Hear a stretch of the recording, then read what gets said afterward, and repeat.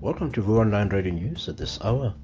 Newly elected mayor of Johannesburg, Joshua Maponga, has died in a car accident at the age of 46. News of Matonga's passing was confirmed by the Metro spokesperson, Brimandla Ndamase, on Saturday evening.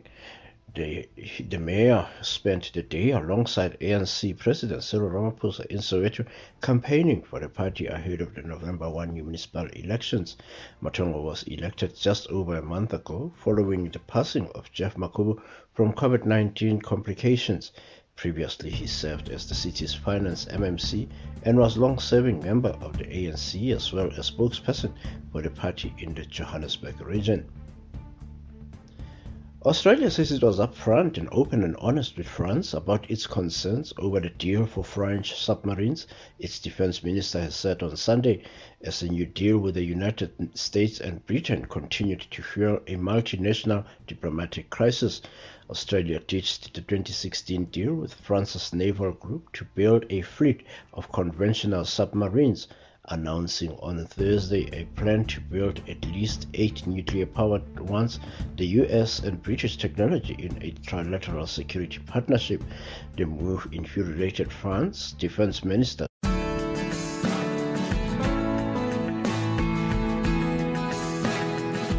Perhaps it's because we're a family, or that we've been making whiskey together for over 5 generations. That at Grants, we believe friends aren't the people you do things with, they're the people you share things with. Discover a different angle. Grant's Whiskey. Broadcasting worldwide, online 24/7. It's Vuga Online, your inspiration radio station.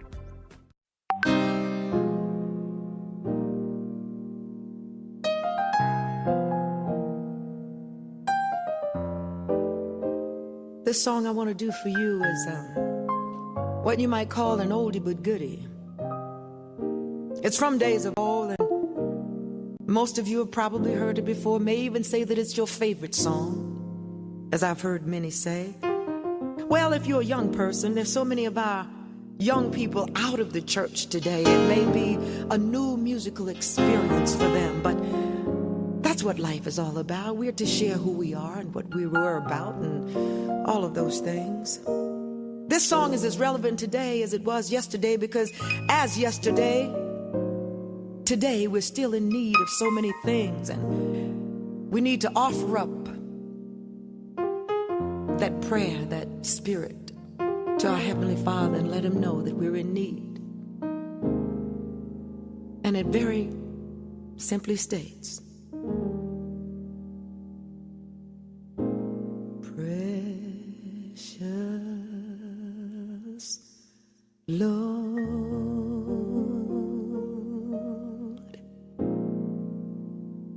take my hand, lead me on,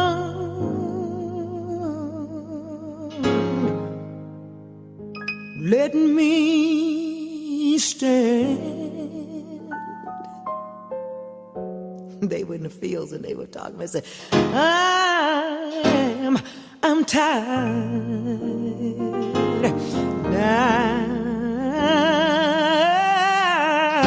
I'm weak.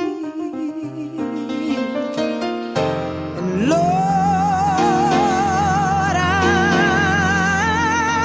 I'm worn.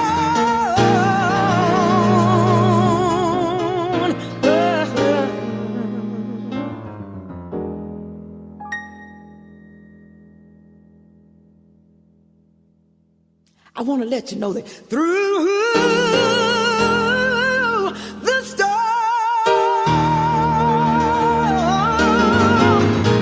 and through the night, lead me on through the night.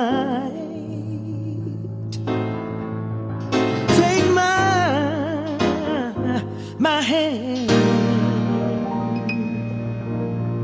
precious Lord, lead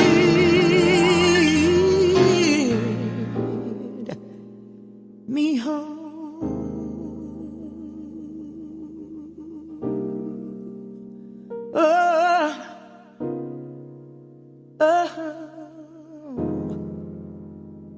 Need a little help sometime.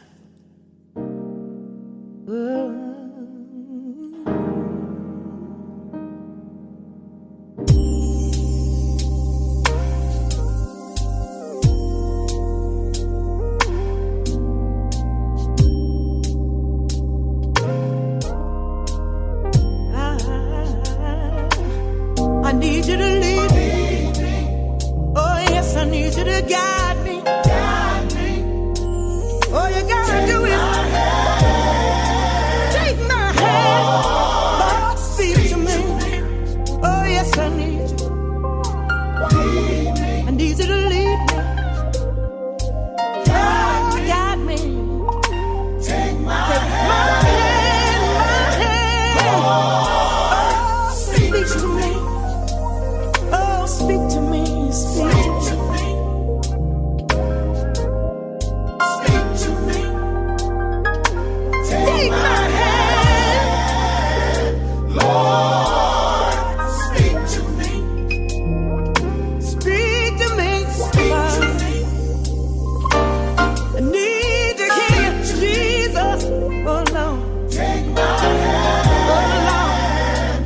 Oh Lord. Speak to me. Right now, right here. I need you to lead me. I want you to take me there. Take my hand. Lord. Speak to me. Speak to me. Speak to me.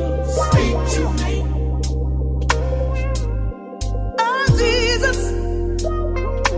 Take my hand. Oh, Jesus. Lord. Speak to me. Lead me. Guide me. Take my hand. Walk beside me. Oh, speak to me. You underestimated the distance to the next garage. You run out of fuel. You look for help. 1 second. Water. 2 seconds. Water knee-deep. 3 seconds. You notice a friendly chap on the other side of the riverbank frantically waving his hands to say hello. 4 seconds. Water infested by crocodiles. 5 seconds. You think to yourself, why does it feel like I'm in a tumble dryer? 6 seconds. And why does this remind me of the classic female vocal hit track, Torn? The more you look for help, the more trouble you'll find. Rather call Land Rover 24-hour roadside assist. Land Rover, above and beyond. Strap yourself in, because we're set up, switched on, and ready to go. Vuga Online. Welcome to another episode of PK Unshackled. I am your host, Umakawe Wagokatide. And today, we have a magical show. The reason I say magical is because there's very few people that grab your attention that become a part of the national dialogue, that represent Africanism more than my guest. And I can guarantee you it's going to be fireworks. Today, so I have a gentleman here. Now, I look at this gentleman, I feel inspired. A lot of people call him many names. They call him Sangoma. They call him, controversial. Yeah, well, I'm controversial. Everyone's controversial. I guess when you speak out or speak up against certain social ills, historical damage that the church and other institutions have done to people, they label you names. So please join me as I welcome my guest, Baba with Joshua Maponga the third. Sir. Thank you for inviting me on your platform, and greetings to you and your viewers around the world. And as we are building bridges for the recovering addicts of the Christian community. I love it. So you are Joshua Maponga the third. So there was a first, a second, and you're the third. Am I correct in saying your son will be the fourth? It goes without saying. Traditionally speaking, within the royal houses, you will always want to name your predecessors to allow continuity. And my grandfather did that within our tribe. So many people have known me only from the pastoral side, but my cultural side and my, personal, family history was not very clear to everybody. So they just celebrated a bishop. But they always knew I was Maponga the Third. But whether it was for fun or it was in reality, they got shocked. All of a sudden, 2 years ago, when I reminded them that, hey, I'm not just Joshua Maponga, the pastor, The three you've been seeing all along means this. And to many people who had become so casual, it was like a cold wind on their faces, all of a sudden, to begin to redefine you and readdress you in ways that they want to address you. And hence, when I throw away the title of bishop, people felt like, hey, why are you doing that? Many people have worked hard to get these titles, and you wake up one morning and you throw away such a big title. But I said, I have a bigger title than the bishop title. It's something that you gave me because I was doing what I was doing. But now that I'm growing into something else, I feel like that title becomes a bit more limiting to the vision and dream of what my life is made out of. And for that reason, I felt maybe for the sake of the younger viewers, I would put that title on ice and move over into what I need to accomplish. I'm anticipating fireworks on this platform today. So let's take a quick break because we have bills to pay. And after the break, we get onto the serious stuff. The serious stuff that we're here for. See you in the break. Hi, this is Dr. Ngosi Mafuta. Catch me with Zakeles Banyoni on the Health and Wellness Talk Show every Wednesday, just after 10. Hi there, this is Samohanguna. Catch me every day just after 3 p.m. for Voca Sports Hour, where we speak everything sports only on vocaonlineradio.co.za. See you there. Please see you there. Strap yourself in, because we're set up, switched on, and ready to go. Voca Online. Okay, welcome back to PK Unshackled. I'm spending my morning with Baba Joshua Maponga III. Now, please tell us, there's a lot of misconceptions about you. People just don't know who you are. Every day there is a new dialogue that you start. And, if I miss, 3 days without looking at your Facebook posts, I feel as if I don't know you anymore. Please tell me and the viewers and the listeners out there, who is Joshua Maponga III? Maponga Joshua is a being. Is a participle of a present continuous lifestyle. I cannot say I am Joshua Maponga as a present perfect tense of a completed work. I would rather say I am being Maponga Joshua, meaning to say I am progressively growing every day. The day I die, then you can put a full stop and you can look back and say, this is what he was all about. But I think our environment has become so intoxicated with titles. I'm a nurse, I'm a policeman, I'm an accountant, I'm a pastor, as if you literally agreeing to drop yourself in that box and you cannot be anything else outside of what you are saying. As you see on many of my pages, many people say, stay on your lane. Don't say anything about medicine. Don't comment about politics. It's not your turf. You are a pastor, so you just stay there. Because our educational institution has almost stereotyped us into whatever you studied for, that's all you know, and there's nothing more outside of that. So the perception of colonial education says you should be this or that. I believe you can be this and that. So every morning at 3 o'clock in the morning, I wake up and I look into an empty ceiling and I download a new idea and I talk about it for the day. Tomorrow morning, I wake up, I look up again, I get a new idea, I download it again. So these are the issues. These are the conversations in the corridors of my own mind, the issues that I'm grappling with. The only problem is that as I'm thinking, I am sharing those things with you, which I know offends many people. With what you are thinking, we don't want to know. We just want to know what you were taught and what you've come to accept as truth, which I find a bit offensive to an open-minded society where thinking must be progressive.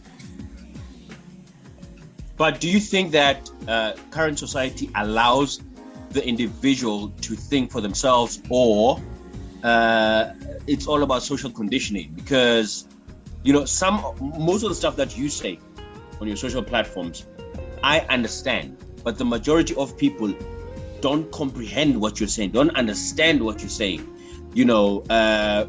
Automatically, before they even understand the notion of polygamy, when you speak of polygamy, they already say, oh, no, hey, don't. The law says this, the Bible says this, but they don't understand what you're saying. Would you say that you're controversial? Let me ask you that. Are you controversial? The word I would use rather is there are three types of people you need to start getting yourself around. Person number one are those who think inside the box, who basically are conformed and confined to the parameters of the box itself. Group number two are those who think outside of the box, but they still use the box as the reference of their thinking. Group number three, which is my group, bend the damn box and think. I don't need to reference it to anything, just bend the thing. Now there's no box, let's think. So controversial for me would mean that I'm like fighting against an ideology. I'm not fighting against any ideology. I'm reasoning and questioning the ideologies based on my experience. So if that is controversy, then life is conflict, because that is the law of motion. For every movement in any direction, there's an equal opposite force. So the fact that I'm moving means that I'm controversial, but I call that movement. Nice. No, I hear you. So, for those who don't know out there, Joshua Maponga III is also a pastor's kid. Now, if we start talking about your journey, okay, our journeys as pastor's kid, we don't have enough time. This show does not have enough time. It may never end. The show may never end. But as a pastor's kid, right? Your upbringing, how did it channel you to be the being that you are now? Speaking about the good things first, the publicity, the limelight, the recitation of Bible verses, the attending of pathfinders, marching camps, the leadership roles that you are given at an early age, with the responsibilities that come with it, and the privilege of studying in church schools and exposure to various ministers internationally and otherwise. I mean, the growth pattern itself in terms of my background becomes almost an A-class student, which of course the earlier parts were a bit hectic due to the war that Zimbabwe went through, and my path was like messed up from around 72, 74 to around 80, 81 when the war stopped in Zimbabwe.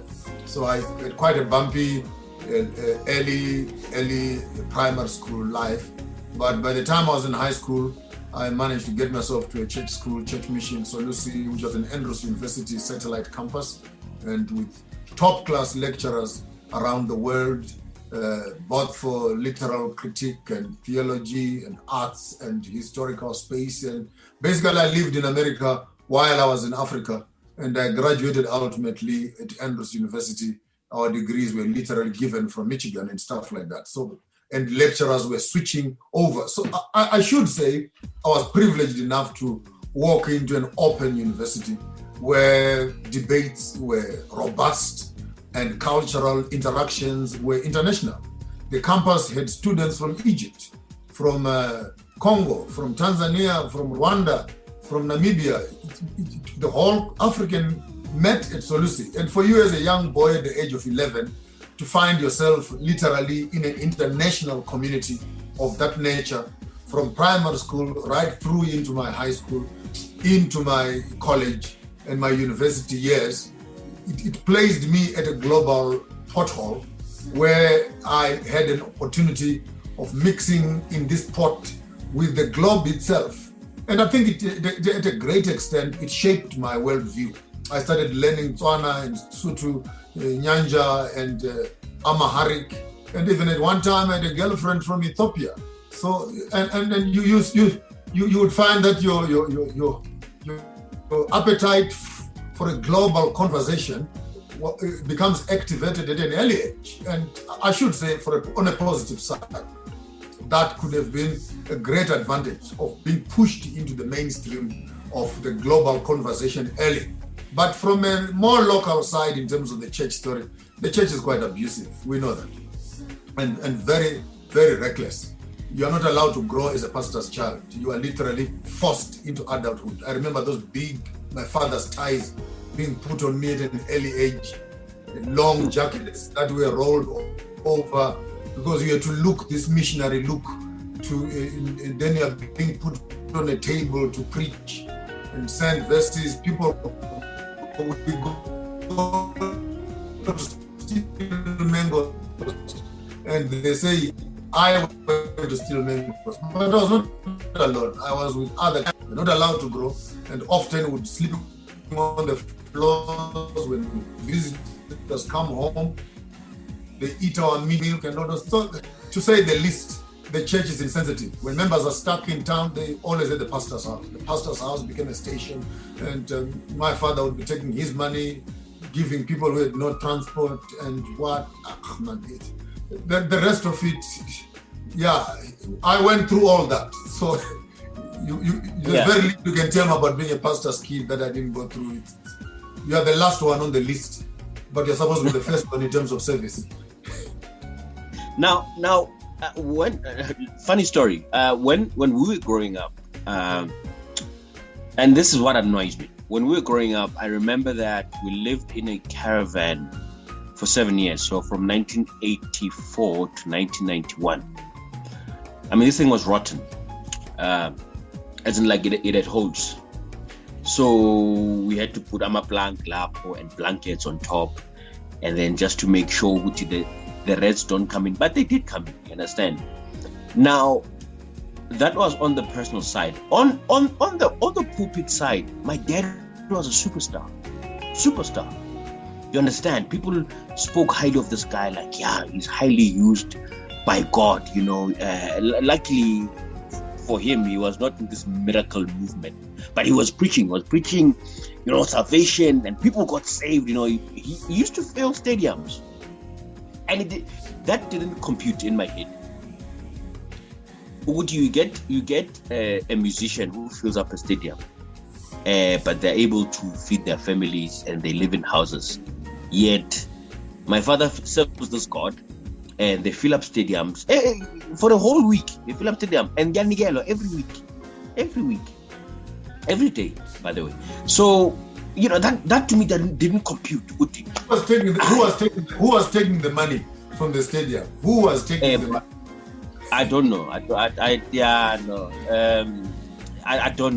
know. Maybe, but that is the real question. That's the real question, because your father was working and someone was sitting at the back collecting the offering. So he was being used, basically. The church uses people. That's a fact.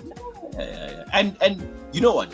At this day and age now, he would admit that as well. That you know, some of the things that were done in the past, you know, they're not necessarily of God. They're not necessarily conducive to the nucleus of the family. You understand? But anyway, so after the break, right, I'm going to ask you about African spirituality and Christian colonialism. That will be an interesting, because I need to pick your brain on the two subjects. So yeah, After the break, we'll continue our chat with Ubabu Joshua Maponga III. So see you in a tick.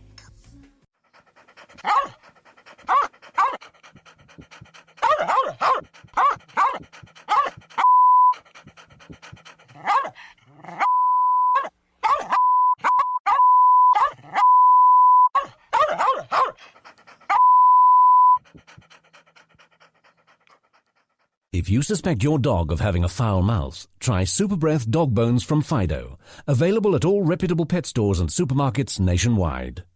Simply the best. Welcome back. We've paid our bills and we continue our chat. Nobaba Joshua Maponga III. Now, okay, let me ask you a question. Am I still allowed to call you Mfundisi, or I can't say that anymore?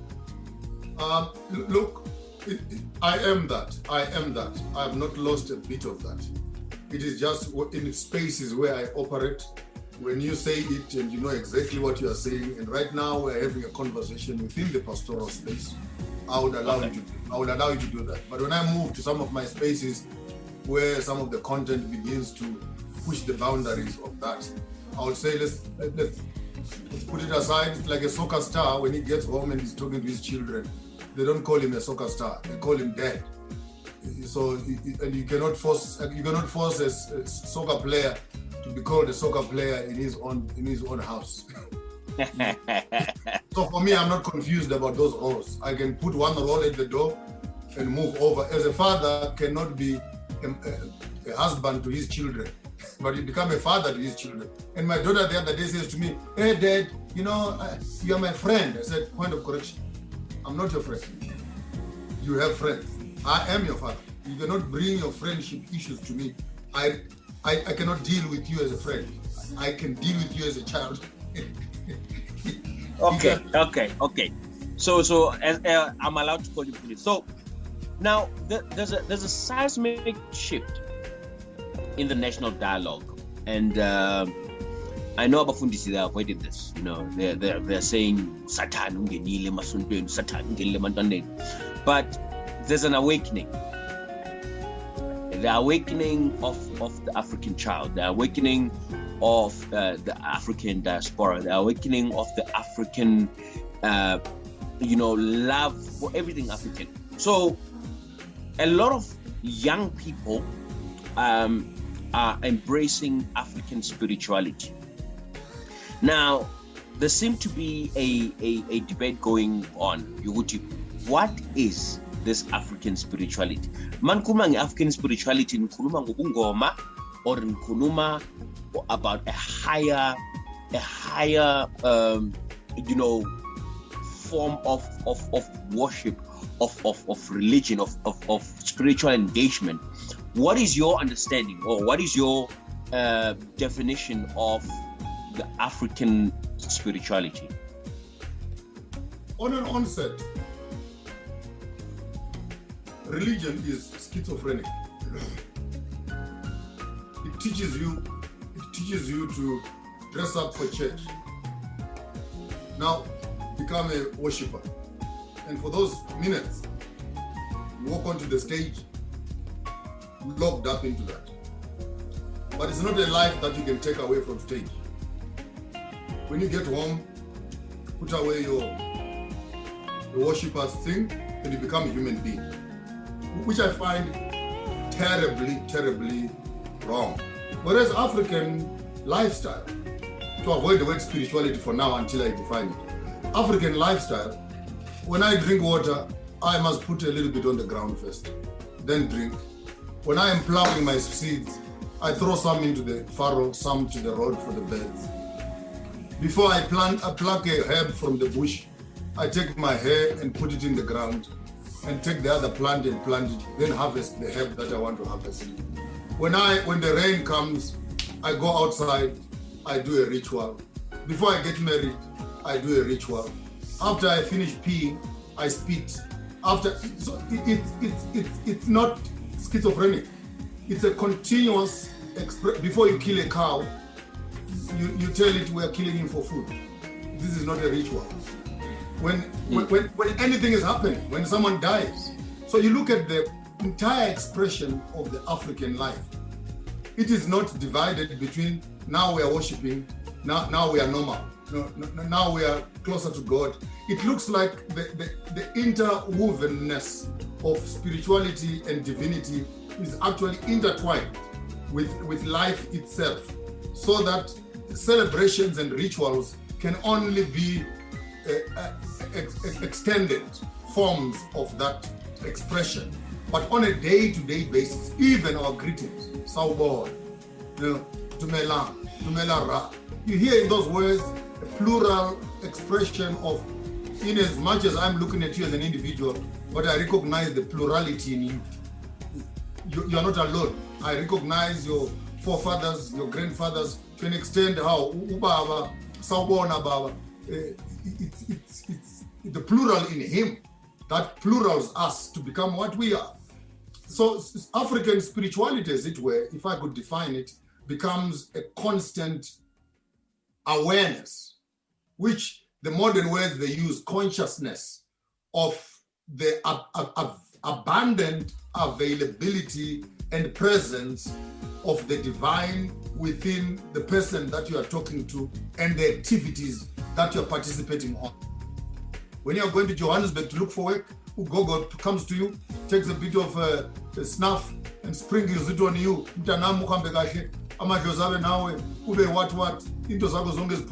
So it's not divine. When you buy a new car, you take it to Gogo, they go and pour some liquor on it.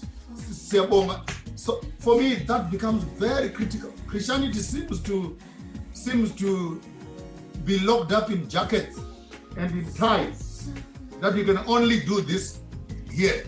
You can't do this there. So people become Christians on a Sabbath and on a Sunday. And on Monday, when they take off their jackets, they become normal. They become human beings. And for that reason, you find that what you call religion is institutionalized, whereas African spirituality is lifestyle. For a start, I can start there. Fantastic. But yeah, I hope people are watching this because one of the things that hit me in my journey, not only as a PK but as a father and a social commentator, or is that I don't have a clue what I'm doing. I don't have the foggiest clue of what I'm doing. All my life I was raised as a Christian, right? And when you grow up, you start asking questions. I'm an intelligent being, so you start asking questions. And why do we do this, or why does this happen? But this is not African, whatnot. And I was told, shut up. It's like you're backsliding, you understand? Because you are asking questions that are uncomfortable, you understand? Like one of the questions I keep asking is, the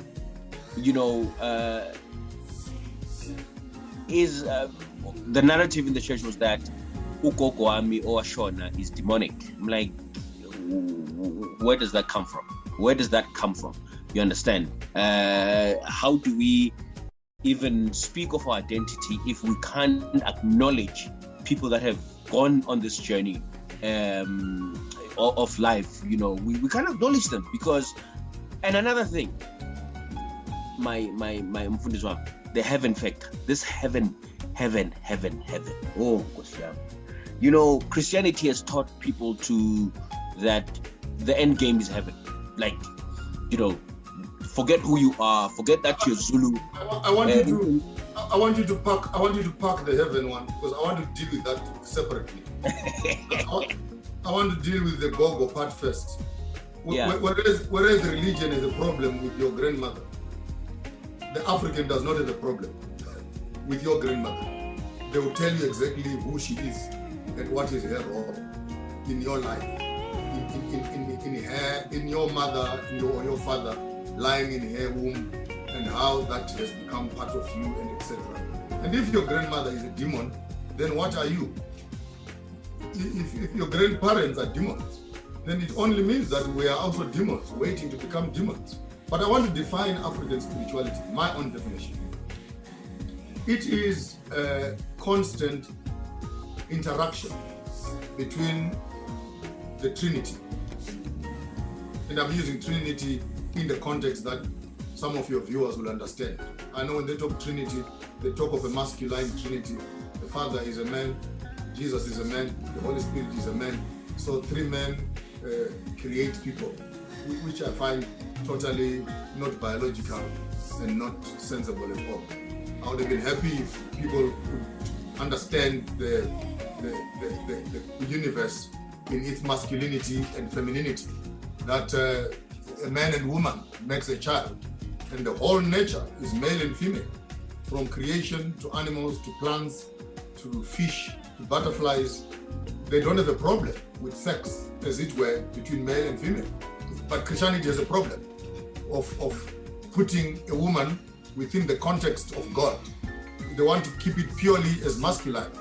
But to cut the long story short, then it is the concept of the mother, the father, and the child, making that Trinity. As such, you find that African spirituality helps the individual. How do you interact with water? How do you interact with the soil? And how do you interact with the air? That's the Trinity of life, here where we are. The air, the water, and the soil. Now here's the mystery. Water, which is feminine, is the medium which is able to translate the spiritual to physical. I'll make it simpler. You went into your mother's womb as a spirit and as water, but your mother was able to convert the sperm in her waters and make bone and marrow, and here you are. So women become the water through which that which is divine and spiritual can actually pass through the medium of women and become physical. So African spirituality understands that the medium through which we all have come into this life, the gate through which we all have come into this life, from one realm of life to another realm, is the woman. Therefore, water becomes important. Hence, in all African spirituality, including Christianity, when they baptize you, by the way, they are also taking a bit of that, putting you back into the womb so that you come up as a new creation. According to the book of Romans chapter 8, you know, the old things have passed away in Romans chapter 6, and the old things have passed away, the new things have come. I'm a new creature now. In John chapter 3, how do you get born again? Do I go back in my mother's womb? And etc. You can hear from the debate that the man is asking, should I now go back into the same waters and come back again? No, you don't have to go back into the womb, go to the water. And from the water, you can come back as a new creation. So African spirituality understands the air, representing the rains, representing the spirit, representing the space from which we have come from. Jeremiah chapter 4, before you were born, I knew you. I identified you. I formed you. And then I created you. And I placed you in your mother's womb. Now, what were you? Wait a minute, something.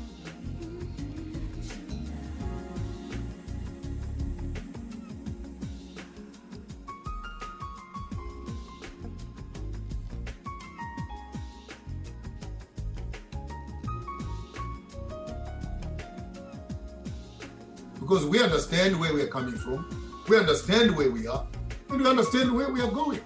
So African spirituality actually defines that while you are alive, interact with the air, interact with the soil. Then when our children are born, we cut up their placentas and etc., and we dig them back to the ground. That's the birth certificate. That's the title deed. That is touching me back with the ground from where I came from. And when I die, we put a deposit when you are born. When you are dead, you pay the final payment as you enter back into the ground from where you've come from. So how do you interact with the spirit? How do you interact with the soil? And how do you interact with the waters itself? That becomes a conversation that the African constantly has in his entire lifestyle of worship. Fantastic. Now, you know, I'm learning a lot. I'm learning a lot. Like I said, you know, I come from the Karalaba Sindaraba Karasondo generation and culture, and anything African is frowned upon. Anything African is is, even the fact that I'm 41, I've got dreadlocks. A lot of people still say, shut up, man, it's none of your business. I'm an African. I like the way I look. I like the way by the way, you are my inspiration in terms of your attire. You sharp, great. I must get myself behind them. We're breaking rules. Yeah, no, we break rules. But you know what? Let's take a quick break. Right after the break, let's discuss this issue here. How Christianity was used to oppress black people, because it was. We can't run away from that, and it's still happening today. This colonial element, I call it New Age colonialism. So we'll chat about that, and you said you want to quickly chat about heaven. So I'd like to hear what you have to say about heaven. So yeah, after the break, we continue our chat. Nobaba, Joshua Maponga.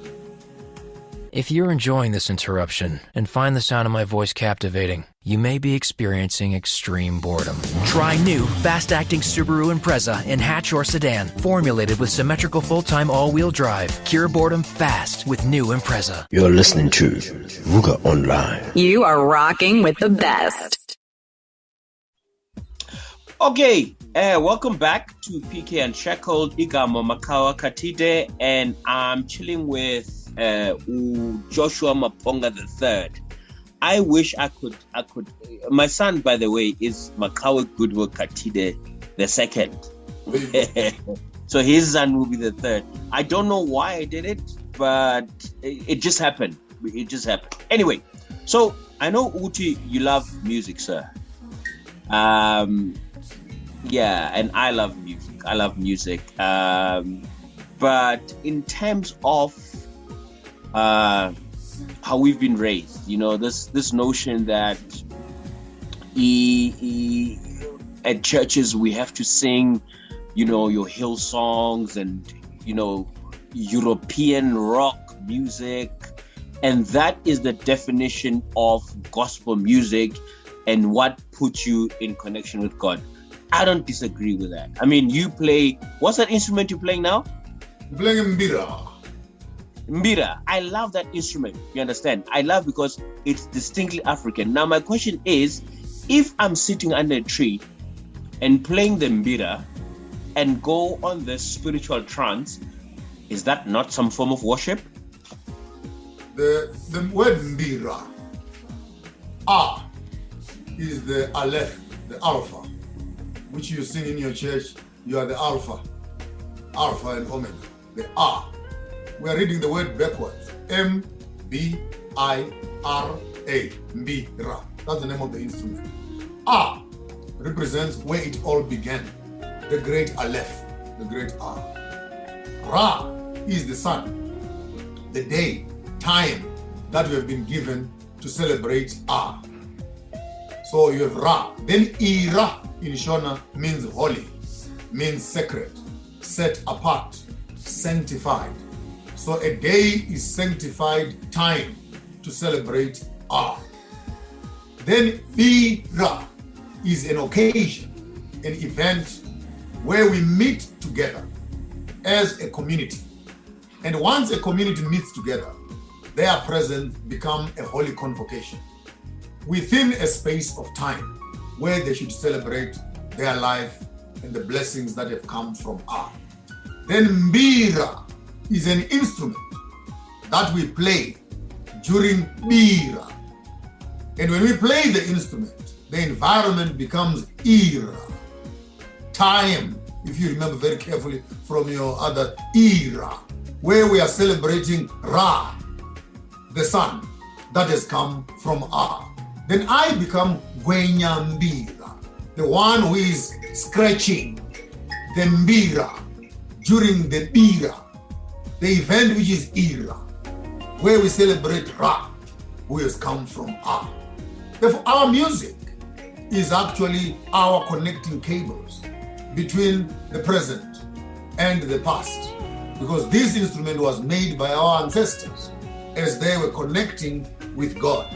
when we begin to play it and connect the cadence of the pentatonic scale, we have the modal change in our spirits that gives us the frequency of which our divine spirituality is grounded upon. So our African instruments, including the drum, which is a combination of two weird things, the wooden stick that is dead and the cow that our forefathers were drinking milk from. Those two things put together in the hollowness of the tree, which speaks of our life, by the way. That life is when another skin of another life covers the hollowness of human existence. That becomes our understanding of incarnation. This becomes spiritual. I am physical. When I hit the drum, I am able to make contact with the history where we are coming from and produce the spiritual sound which touches you and alters your frequency. So we play the drums to connect ourselves with the history from where we come from and experience the past in the present as we are celebrating life itself and having perceptions of the future which we are holding on and moving on to. So now, what do you say to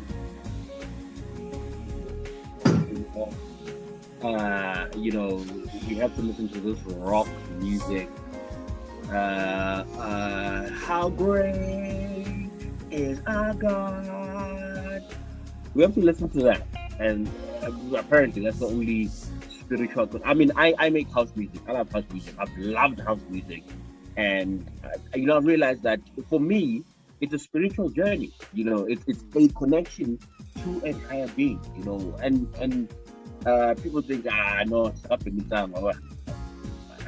don't care, but it worries me when we've chosen a foreign, type of music that has nothing to do with our culture, and the assumption is that it's the only thing that connects you to this higher being. I always say to people, it's unfortunate that our people have been brainwashed to that level. When you figure with your mbira and your djembe and your whatnot, you start beating drums, automatically you're opening the eye windows and macros. What happened to being African? Are we that? Let me ask you this question: Are we that far out? Are we that hopeless? On the same wavelength, that same rock music is used for satanic and Luciferian worship. The rock music in itself is devilish and demonic. If you can go back and really study that music. So in as much as some of it is now, the instrumentation has been taken out of the rock music to become Christian music. Why are you afraid as African to take what they also call demonic on your side and create your own spiritual music? Country music has become gospel music. Hitler killed people, the Jews, playing classic music. So can we say that music is only sacred to the European community? Maybe that's the level of colonization that even our worship, our music, our marriage, our food, and our style of expression has been colonized. It's a fact that we need to accept. I mean, you go to some of our mainstream churches, we are singing, we sing, and we are happy as young people. Immediately when the pastors walk in, okay, again, and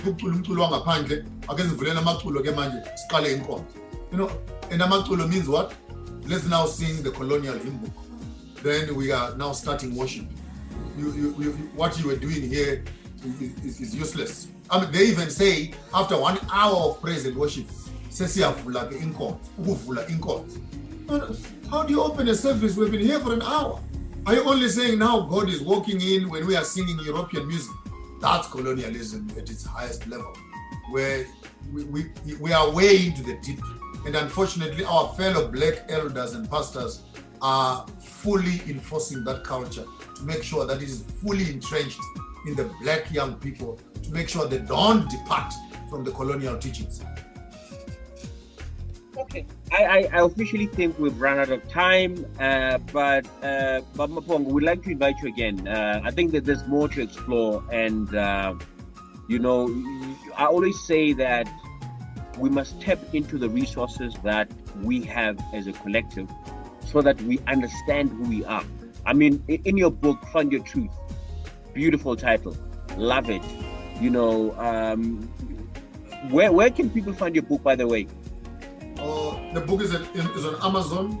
If you're in South Africa, Take a Lot, Exclusive Books, Bargain Books, CNA, all the bookshops nationally. You can just walk up to them. If they don't have stock, the book is fully registered. They can order a copy for you. We have managed to place it on every African hand. Please get a copy of that book, and when you read it, stay away from church for about 2 weeks and fight with yourself. The book is about 60% questions, and so it will need you to literally struggle with yourself and ask those unfamiliar, uncomfortable questions that you had as a young child. And I think young people are better worshippers than old people, because when we were young, we used to ask questions because we honestly wanted to know. But as you get older and older and you're pushed down not to ask, we have also become like all of them. But this book will resurrect the young person in you and take you back to asking the question, why do we get baptized and Sangomas are also getting baptized? What is the difference? Fantastic. So Maponga, thank you very much for your time, and me and you have a date for the second shoot of this shoot of PK and Unshackled. At home, we hope that this discussion has, enlightened you, has inspired you, but most importantly, you are on the path to find your own truth. You can sing happy birthday for me at least. Let me put you on the spot. Me sing. No, Baba. I wanted you on tape. I wanted you on record singing. No. I'll make you a song. But singing is not my strength. Anyway, thank you for joining us at home. Adios. Thank you.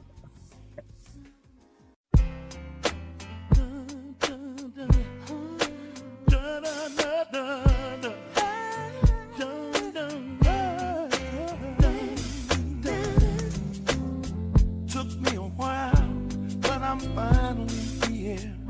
So I just wanna testify, make it crystal clear. See, I've been picked out to be picked on. Talked about out my friend's mouth. I've been beat down till he turned my life around. Seems like I always fall short of being worthy. 'Cause I ain't good enough, but he still loves me. I ain't no superstar, the spotlight ain't shining on me. No. 'Cause I ain't good enough, but he still loves me. I used to wake up some days and wish I stayed asleep, 'cause I went to bed on top of the world. Today the world's on top of me. Now everybody's got opinions. They ain't fit in my position. And that it breaks my heart when I hear what they have to say about me. What they say about you. I always fall short of being worthy. Lord, I ain't worthy. 'Cause I ain't. It is time for Vuga Online News.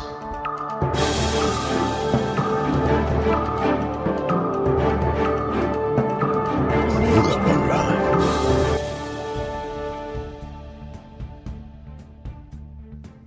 Welcome to Vuga Online Radio News at this hour. Newly elected mayor of Johannesburg, Joshua Maponga, has died in a car accident at the age of 46.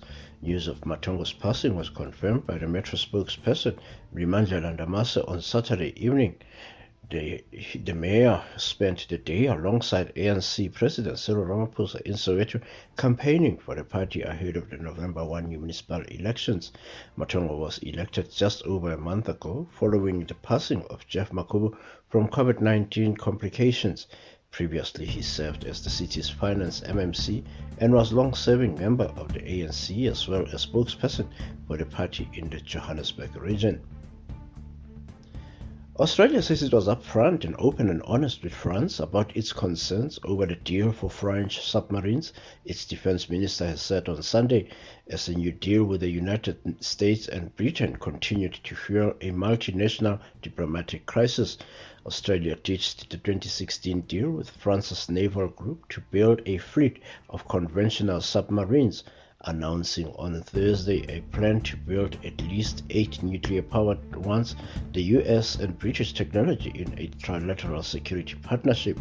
The move infuriated France. Defense Minister Peter Dutton said on Sunday that Australia had been raising concerns with France over the order, valued over $40 billion in 2016 and reckoned to cost much more today for a couple of years. Prime Minister Scott Morrison said on Thursday he had expressed very significant concerns about the deal to French President Emmanuel Macron in June and made clear Australia would need to make a decision in the national interest. France Minister Simon Birmingham has said Australia informed France of the deal but acknowledged on Sunday the negotiations had been secret given the enormous sensitivities. The U.S. said Saturday it plans to speed up efforts to expel thousands of Haitian migrants who were gathered under the bridge at the U.S.-Mexico border, forcing its closure and a rerouting of traffic to other border crossings. The Valverde County Sheriff Frank Joe Martinez told the Associated Press on Friday that there were about 13,700 new arrivals in Del Rio, Texas, a city of 35,000 people located 145 miles west of San Antonio. In a statement on Saturday, the Department of Homeland Security said it had relocated approximately 2,000 migrants to other locations to process their arrival and determine if they would be eligible for removal. DHS also said an additional 400 border agents would arrive by Monday. In the last 24 hours, the cumulative number of COVID-19 cases identified in South Africa is 2,880,349, with 3,286 new cases reported. 164 deaths have been reported, bringing the total to 86,116 deaths. The cumulative number of recoveries now stand at 2,728,961, with a recovery rate of 94.7%. 15,970,308 people have been vaccinated so far. In your sports, Kaizer Chiefs fans have had enough of what Stuart Baxter can offer the club, and they are calling for the immediate sacking of the coach. On Saturday, Chiefs suffered a humiliating 4-1 loss to the new PSL boys Royal AM, their second in successive league matches under Baxter, and the majority of the Amakhosi fans on Twitter believes Mark Baxter isn't the right man for the job, especially given the players that the club brought in the start of the season. A number of Amakhosi fans believe the management should have left Arthur Zwane take over as first team coach this season and not Baxter. And South Africa's head coach Jacques Nienaber couldn't hide his disappointment as well after his side fell to a 30-17 loss to Australia at Suncorp Stadium on Saturday. The Springbok boss labelled the defeat as their worst since 2018 as they leaked 4 tries, with Len Igitau and Marika Koroibete going over for the Wallabies. Things don't get easier for the world champions next weekend as they prepare for the first of 2 clashes with an in-form New Zealand over successive weeks. In your weather, Pretoria will be sunny and hot with temperature highs of 26 degrees. Johannesburg, sunny and warm with temperature highs of 24 degrees. Cape Town, cloudy and cool with temperature highs of 16 degrees. Durban, cloudy and warm with temperature highs of 24 degrees. Bloemfontein will be cloudy and hot with temperature highs of 27 degrees. Polokwane, sunny and warm with temperature highs of 23 degrees. Uppington, partly cloudy and hot with temperature highs of 29 degrees. Port Elizabeth, cloudy and cool with temperature highs of 21 degrees.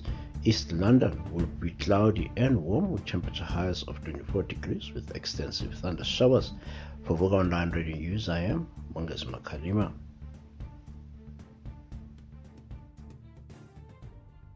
Dave, baby. You know my best friend Jennifer? She's kind of hot, huh? Dave, stop. It's a trap. You need an exit strategy. Consider all the angles. Admitting she's hot will lead to your demise. However, saying no means insulting best friend Jennifer. It also means you think your darling angel is a bad judge of character. Think, Dave. What would Elliot do? Well, I've never really noticed, but remind me to look next time. Smooth move, Dave. Smooth move. For well-considered smooth moves, Elliot is amazing. Broadcasting worldwide, online 24/7. It's Vuga Online, your inspiration radio station.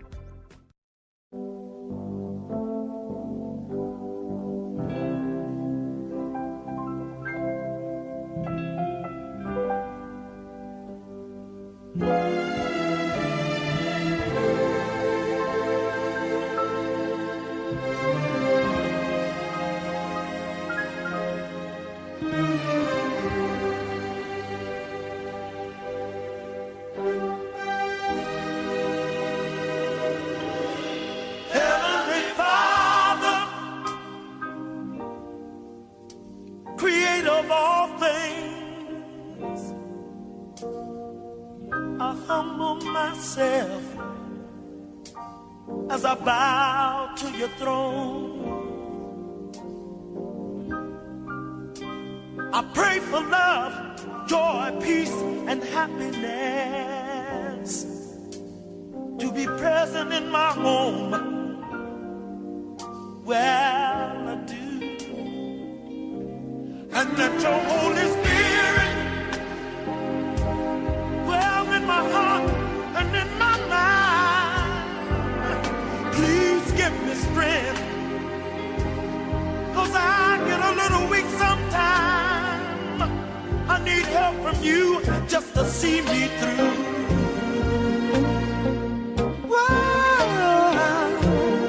Heavenly Father,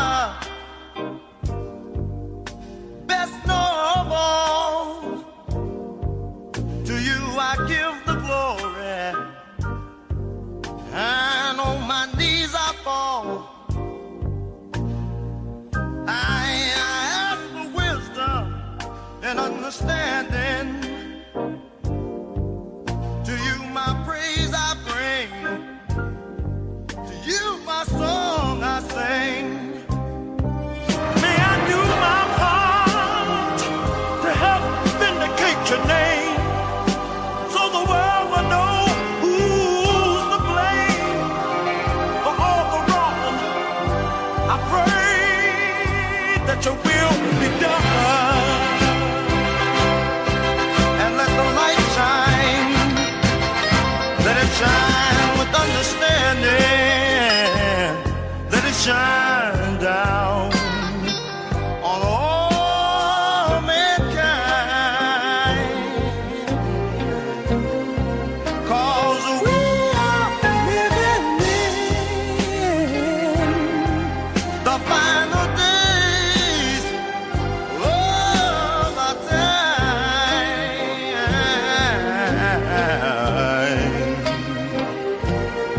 Heavenly Father, well, King of all kings, I pray for the sick and the weak ones too. Yes, I do. And all of those who are strong, let them know their purpose. Let them be agents for you. Well, let them work for you. Yeah.